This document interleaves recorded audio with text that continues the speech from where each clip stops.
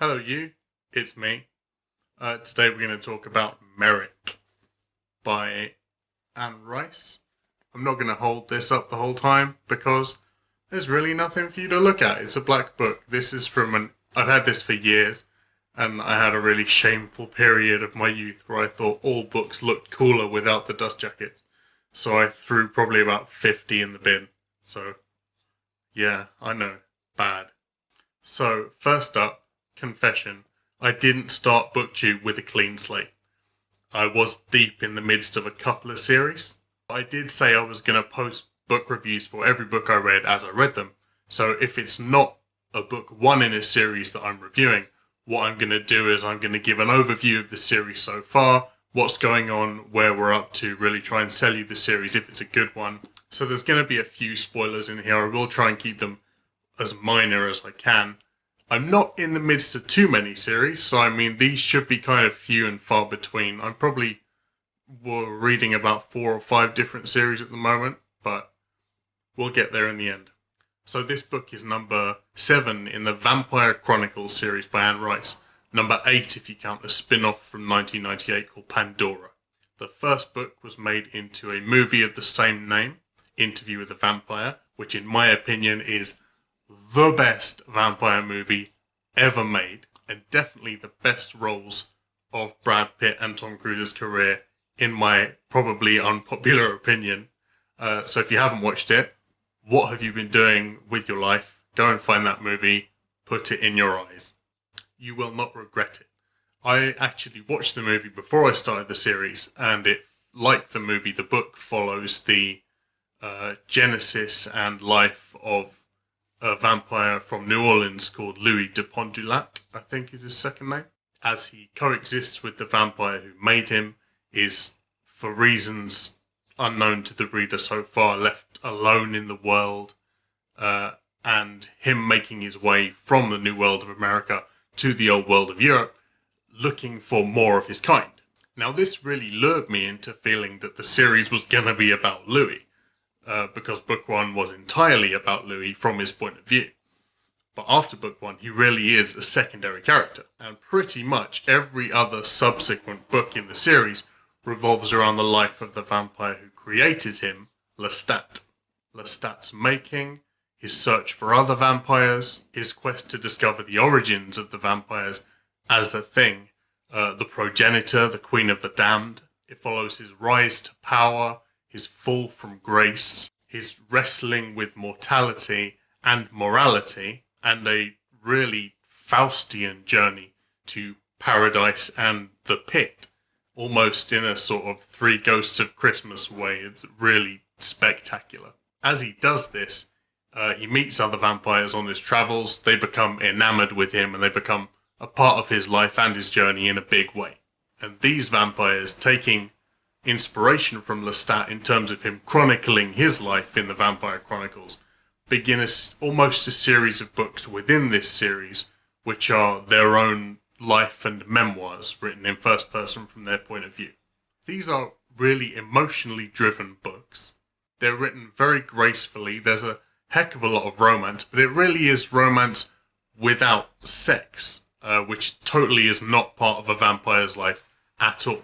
It's the romance of having a heart-to-heart love for somebody else, for their soul, their personality, having a companion to appreciate the beauty of the world with, and to share in the changes and these sort of wild experiences of power that they're all going through. These books really paint a wonderful picture of history. They're seen through the eyes of an immortal, obviously, and the author has made history seem almost as fleeting as it would to them. More than any other book I've read about vampires, this series as a whole, really deals with the sort of moral, philosophical side of it from the point of view of the vampire, the debate of whether it's okay to take a life to live, questions about innate evil, can somebody be born evil or made evil through no choice of their own, and a vampire's links with religion and spirituality, which I think is really interesting.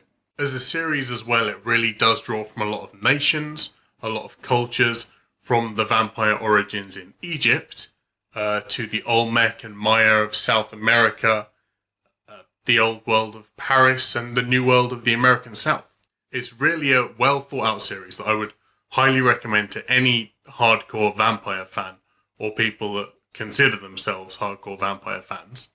But I would say don't go into it expecting paranormal romance in the sense of vampires and humans falling in love, because with a very few exceptions, mortals do not play a huge part in this story at all. It's LGBTQ+. Most of the romance in these books is male on male, and it's so romantic, often in a non-mushy way, but a very archaic way. There's lots of, oh my dearest, oh my darling, my rose, my one true love. And it's a bit heavy and often sort of a struggle to power through for me. But if you like it sort of really laid on thick, then this is for you. It's done in a way that while it's sort of like, steamy, steamy, blush, blush, it's not cringy, and I think cringy can happen so easily when you are writing romance. And honestly, I leave a lot of time between the books of this series. I probably won't read more than sort of 2 a year. And every time I go away from the series, I think about how little I like vampires romanticized, and how much I like books that directly oppose that.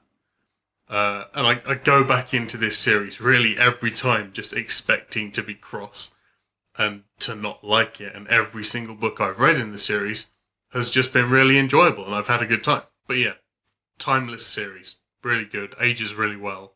So this book, this boring black cover book, is actually a crossover with another series by Anne Rice called The Lives of the Mayfair Witches, about a clan of witches in New Orleans.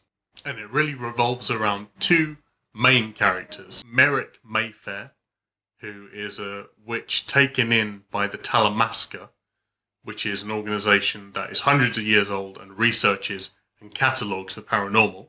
And the head of the organisation, David Talbot. And it jumps between the life of David while he's raising Merrick as a young girl, and him visiting her in the future in the company of the vampire Louis, to ask her a favour, which is to use her magic to call up a ghost from Louis's past.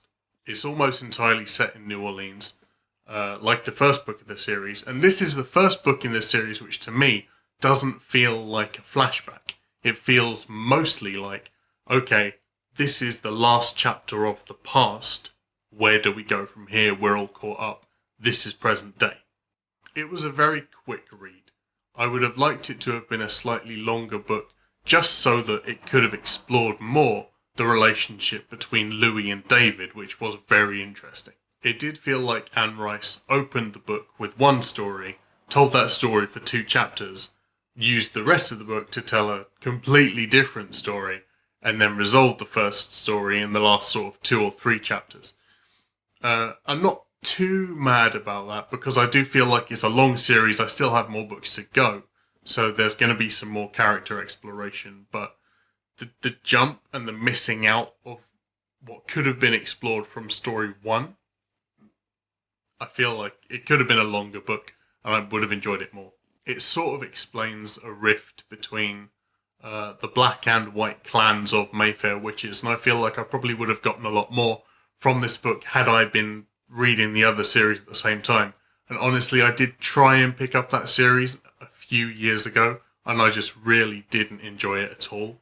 But stuff is explained sufficiently in this series that you don't need to read that other series, because it does sort of give you a background of who everybody is. I love David. I love David as a character on his own, and I feel like a lot of his actions and attitude towards Merrick Mayfair as a very young girl were almost a bit like Lolita, and it was clearly trying to be painted as a blossoming friendship romance over the years.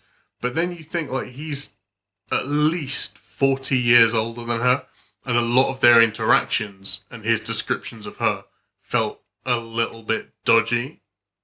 It developed Louis as a character in a way that hasn't been done since book 1. In introducing Merrick as a child who is mature beyond her years, I really thought that was, if you've seen the movie, or read book one, a direct parallel with Claudia, who is Louis's vampire child.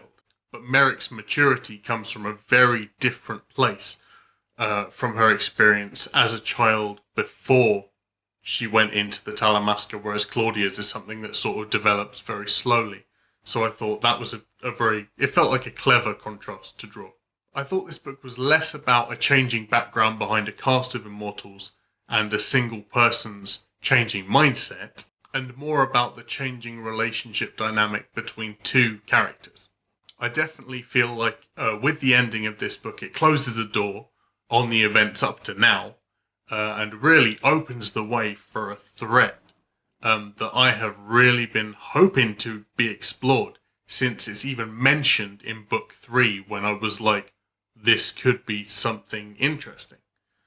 So I'm really hoping that this is what the continuation and the new story arc after this is going to be about. Great continuation of the series. Up to this point, there was only one book in the series which I really didn't enjoy, but even that book helped pave the way for the events following it and in this book, so I can forgive it, I guess.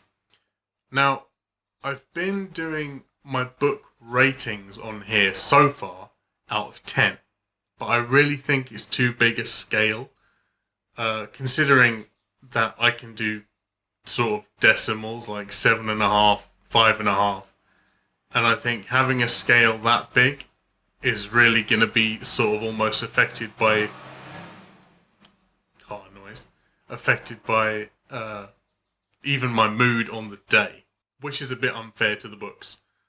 So what I'm going to do is, for a while, see if it works, see if I enjoy it more, in solidarity with a lot of other people on the platform and Goodreads. I'm going to do star ratings out of 5, because I think there's tighter criteria, and I'll be forced to properly think about the rating I'm going to give a book, rather than just sort of throwing a number out there at the end of the video.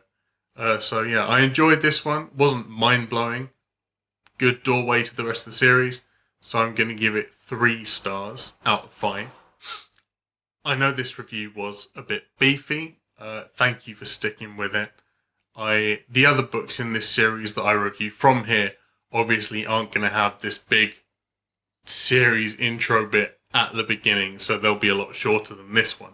But really, give this series a read. It's one of my favourite supernatural fantasy series ever, of any I've read. Watch the movie, it's amazing. Don't watch the second movie, it sucks. It's so bad. It's just... Okay, we're going to pretend Queen of the Damned is not a movie that exists. It's pretend. It's made up. It's like a Mandela effect. You know, Queen of the Damned. Let's just wipe that from history and ignore it. Okay? Agreed? Fantastic.